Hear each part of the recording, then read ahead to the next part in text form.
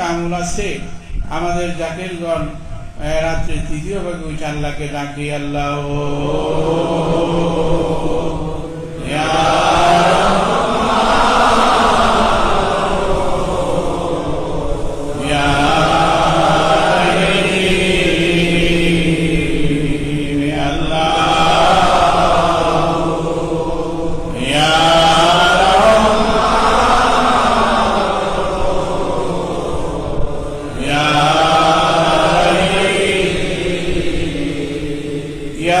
আল্লাহর জাতের নাম, ইয়া রহমান ইয়া রহিম সিফাত ও গুণাবলীর নাম।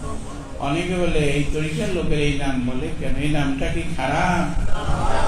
তাসমিয়া, তাসমিয়া বিসমিল্লাহির রহমানির রহিম, এটারই তিনটা এখানে, ইয়াল্লাহু ইয়া রহমান ইয়া রহিম। এই বলে আল্লাহকে আমরা ডাকি, এটা কি কোনো মন্দ কাজ?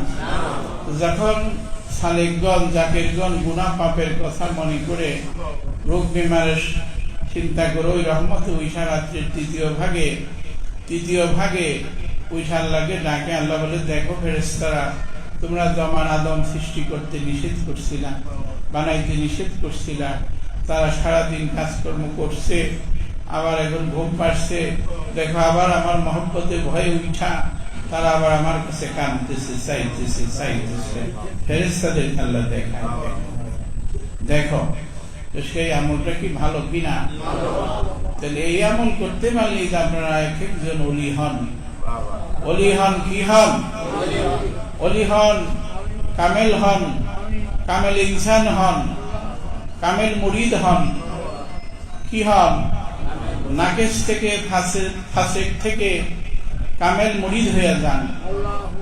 অনেক ফাসেক মুরিদ আছে, নাকেশ মুরিদ আছে, দুই রকম কথা বলে, এরকম আছে কিনা? আর কামেল হয়ে গেলে সে আর দুই রকম বলতে পারে না, সে পরিপূর্ণ ভাবে একেবারে আল্লাহর ঘরে ঢুকে গেছে। আপনারা কামেল মুরিদ হইতে চান, তাহলে এই সমস্ত আমলটি দৃঢ়তার সাথে ধরেন।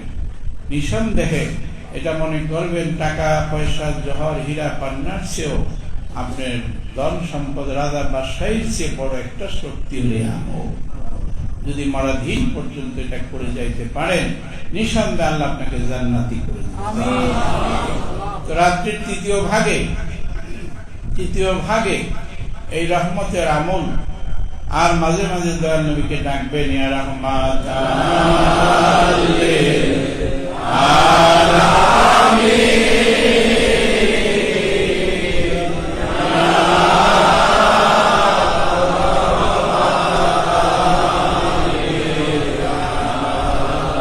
ইয়া রহমাতাল